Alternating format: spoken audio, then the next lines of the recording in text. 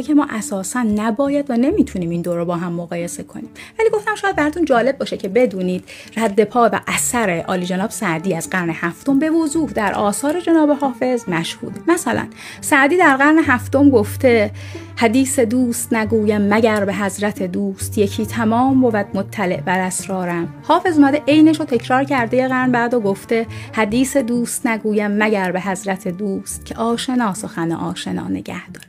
یا مثلا سعدی گفته در سراپای وجودت هنری نیست که نیست، عیبت آن است که بر بنده نمی بخشای. دوباره حافظ اومده تضمینش کرده و گفته غیر از این نکته که حافظ ز تو ناخشنود است، در سراپای وجودت هنری نیست که نیست.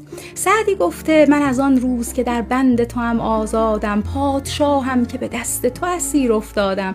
حافظ گفته حافظ از جور تو حاشا که بگرداند روی، من از آن روز که در بند تو هم آزادم. یا مثلا سعدی گفته کجا خود شکر این نعمت گذارم، که زور مردم آزاری ندارم. حافظ گفته من از بازوی خود دارم بسی شکر، که زور مردم آزاری ندارم. پس با این توصیفات چه سعدی یا حافظی، وقتی انتخاب خود جناب حافظ هم عالی جناب سعدی.